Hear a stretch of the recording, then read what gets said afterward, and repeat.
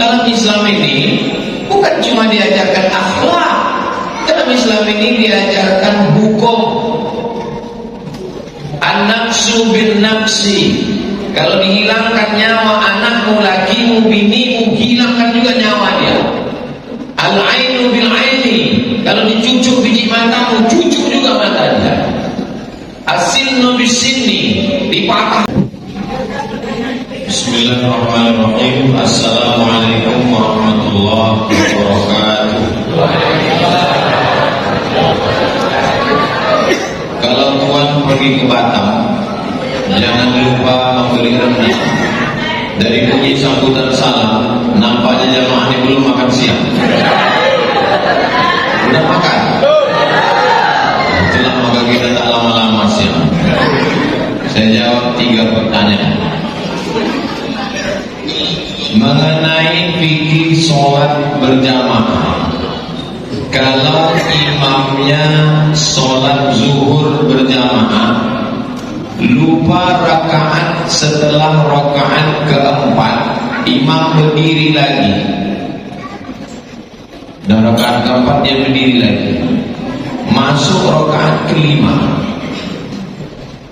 dan sudah tegak sempurna, lalu makmum mengucapkan subhanallah.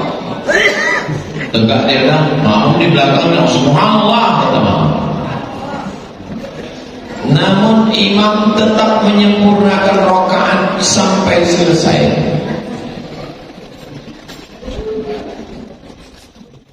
Namun makmum berpendapat imam seharusnya turun ketika diucapkan subhanallah. Mohon pencerahannya Pak Ustaz. Kalau makmumnya semua ingat bahwa itu adalah rakaat yang keempat, maka makmum tidak boleh mengikut imam yang salah. Ju'ilal imamu liyutamma bihi. Imam itu dijadikan ikutan kalau dia benar. Imam ruku, kita ruku. Imam sujud, kita sujud. Imam kentut, ganti imam baru. Bukan kita ikut kalau imam salah. Jadi kalau sepakat semua makmum betul bahwa imam ini yang salah, lupa, pikun, lalai dia, maka imam makmum tidak mengikut gerakan dia. Karena tidak ada satu mazhab pun mengatakan bahwa zuhur itu 5 rakaat. Mazhab apapun tadi bisa diikut. Maka si makmum ngasih tahu dia subhanallah, tidak juga dia, maka makmum duduk, tidak dia ikut rakaat kelima. Nanti setelah salam baru dikasih tahu ke si imam, kamu tadi rakaat 5. Lalu kemudian si imam tadi sujud sahwi sesudah salam. Habis dia salam dikasih tahu sama dia, tadi Pak Imam salah. Baru kemudian si imam itu sujud sahwi, Allahu Akbar, subhana man la yanamu wa la yasbu. Allahu Akbar, duduk antara 2 sujud, sujud dia lagi, Allahu Akbar, subhana man la yanamu wa la yasbu. Kalau tak ingat bacaannya, subhana rabbiyal a'la wa bihamdihi, subhana rabbiyal a'la wa bihamdihi, subhana rabbiyal a'la wa bihamdihi. Begitu juga kasusnya kalau imam kurang. Tentang imam berlebih ini tak ada dalam hadis. Yang ada terjadi sama Nabi, imamnya kurang. Sahabat bertanya, Assalamualaikum warahmatullahi, Assalamualaikum warahmatullahi. Kata sahabat, apakah turun wahyu ya Rasulullah? Kata Nabi, tak ada turun wahyu. Ini rakaatnya kurang. Nabi menambah tadi, ditambah tadi. Jadi kalau zuhur ada imam 3 rakaat, maka imam diingatkan, ditambahnya 1 rakaat lagi. Habis itu dia sujud sahwi karena dia sudah lupa. Subhana maha suci, man la yanamu, Allah yang tidak tidur, wa la yasbu, dan Allah tidak lupa. Subhana man la yanamu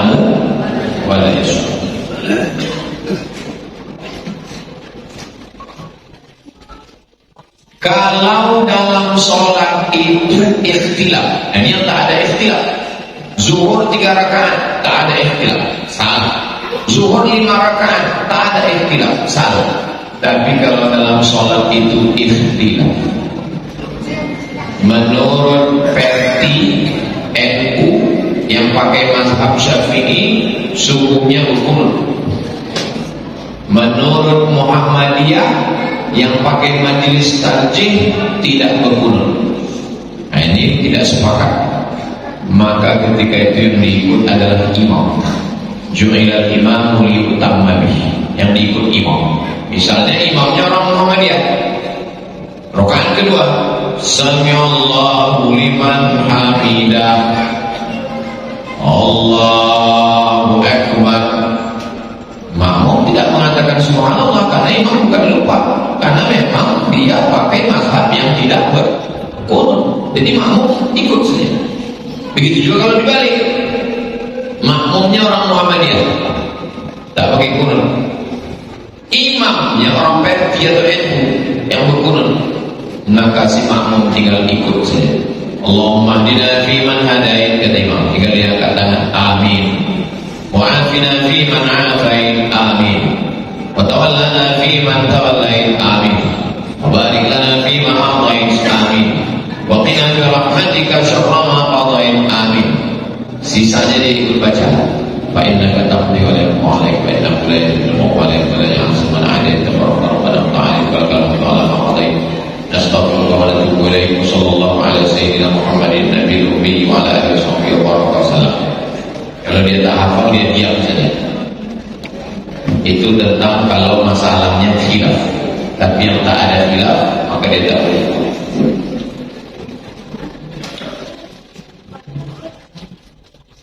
Ternyata kertas kedua, ternyata sabar dan ikhlas itu sangat berat.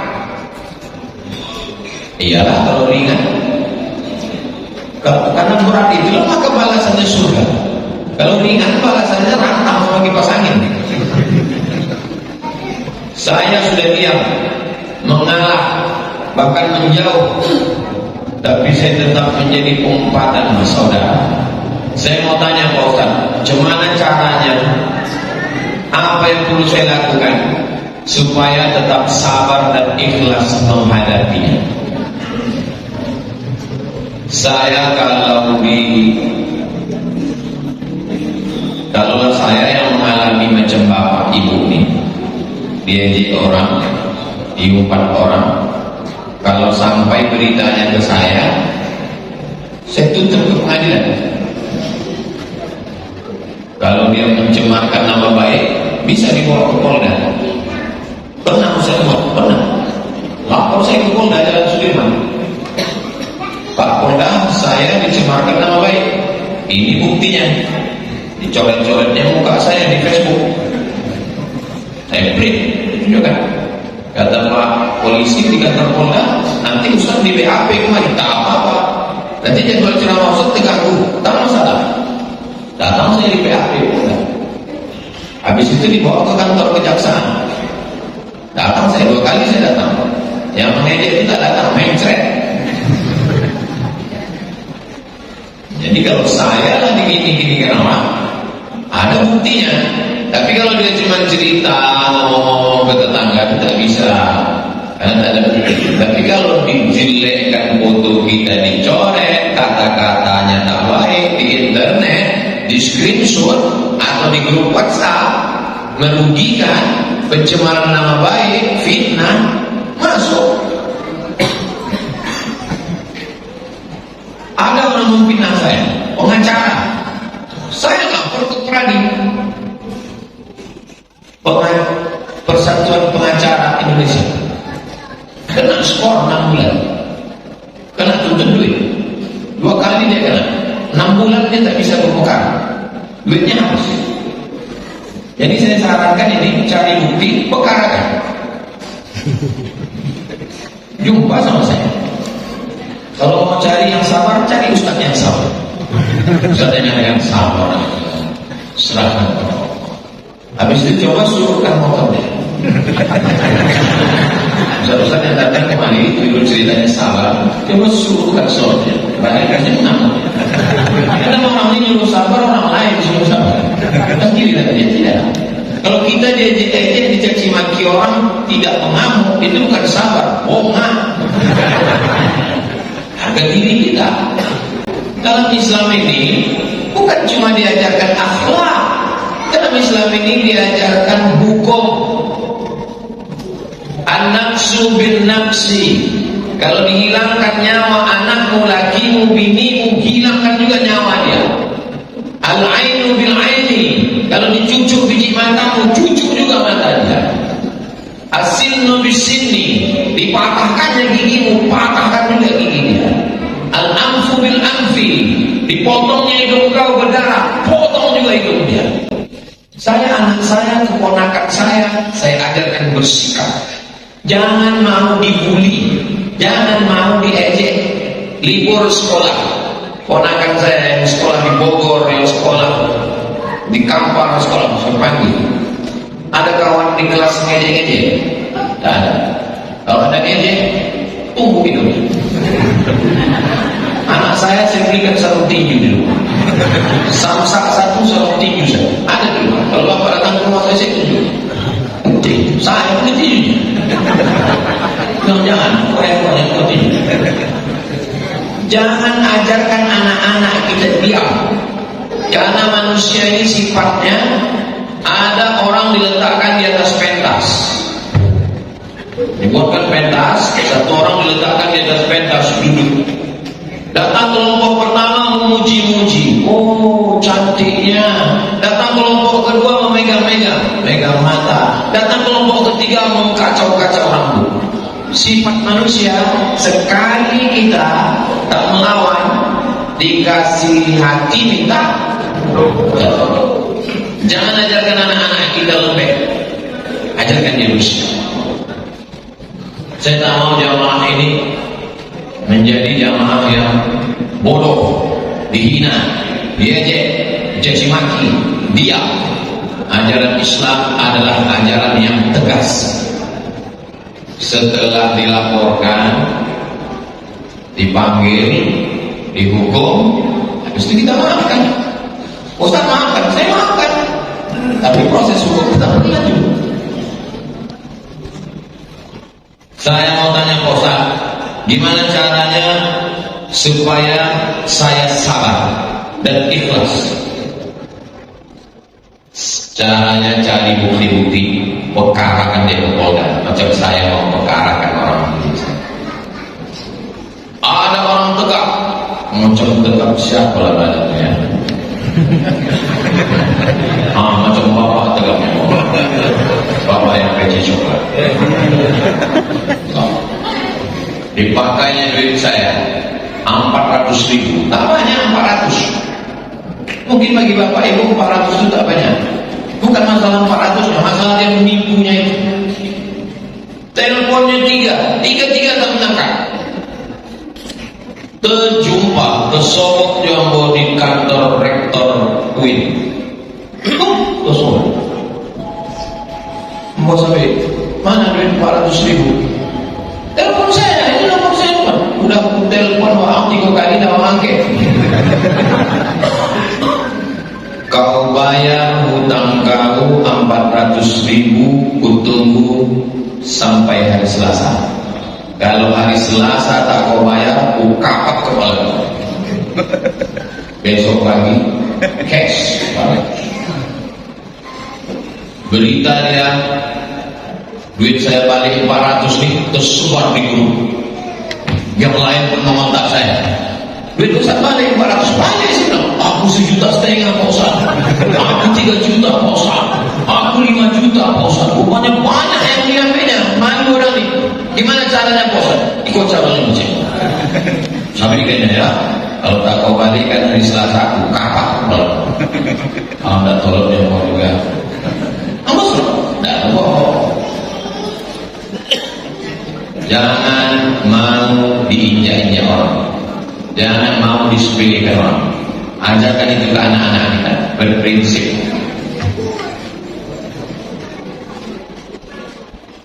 Hukumnya uang pada saat menjelang lebaran.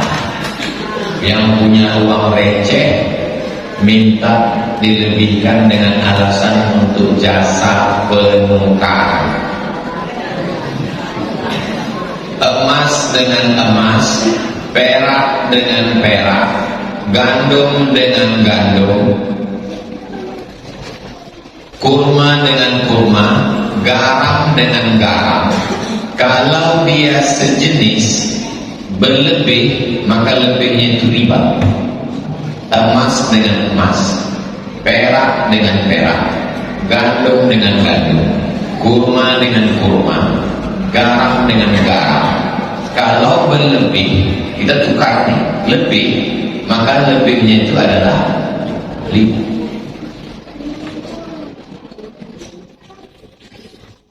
Lalu kemudian Bapak punya duit gambar Jenderal Sudirman tahun 1945. Lalu saya tukar dengan duit saya gambar Presiden Soekarno-Hatta 5 juta. Duit Bapak gambar Sudirman, duit saya Soekarno-Hatta tahun 2025. Bedanya 80 tahun. Duit Bapak tahun 45, duit saya 2025. Pertanyaannya, duit Bapak selembar gambar Jenderal Sudirman saya beli dengan duit saya 1 juta. Berlebih atau tak berlebih? Berlebih. Kalau begitu riba? Tidak riba. Kenapa? Karena duit Bapak itu bukan sebagai nilai tukar, tapi sebagai barang antik. Duit Bapak itu sebagai barang antik, bukan nilai tukar. Nah, duit lama dengan duit baru itu sebagai barang antik atau nilai tukar? Sebagai nilai tukar. Duit lama, duit baru sebagai nilai tukar. Jadi bagaimana solusinya Pak Ustadz? Pergi ke bank, tarik, minta duit baru. Pergi ke bank, minta, saya mau narik duit Pak hari ini. Berapa Pak Ustadz? Saya mau ambil duit 1 juta, tapi duit baru semua ya. Dapat.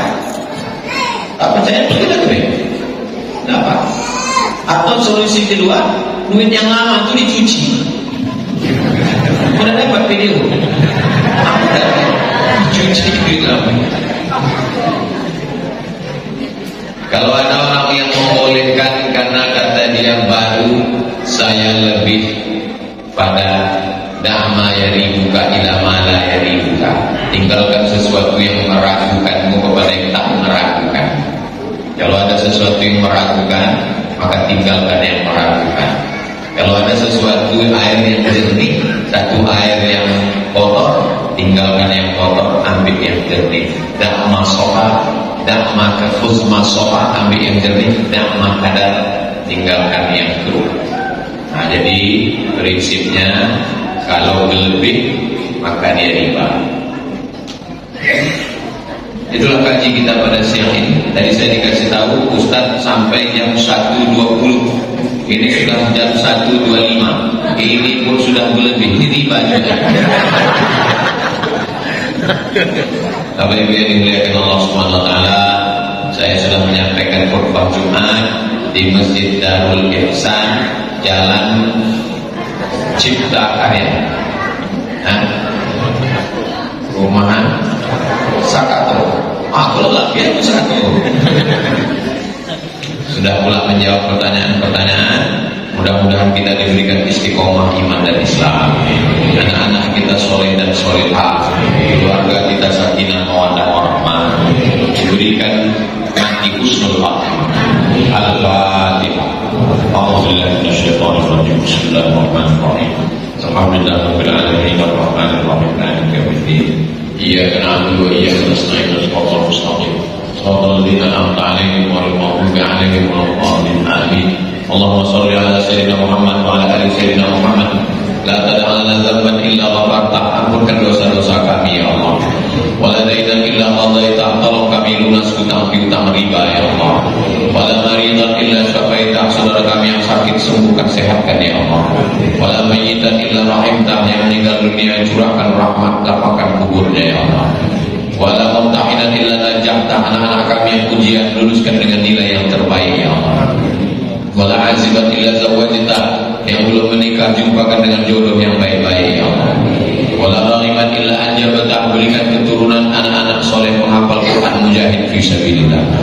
wala hajatan min hawaijid dunya wal akhirati laka ridha wa lana fiha salah. Segala hajat dunia hajat akhirat baik bagi kami dan engkau ridha, illa qadaitaha wa yassartaha, tunaikan dan mudahkanlah ya Allah. Allahumma ja'al hadzal balada baladan amina, jadikanlah negeri tempat tinggal kami ini aman dan damai. Allahumma arzuqna rizqan halalan thayyiban mubarakan fi, berikan kami rezeki yang halal barakah supaya kami dapat berinfak, berwakaf dan bersedekah. Allahumma dafa'na al-ghala' wal waba' wal fahsya' wal riba wal zina wal munkar, selamatkan kami dari malapetaka, bencana, riba, zina, narkoba, perbuatan keji dan munkar.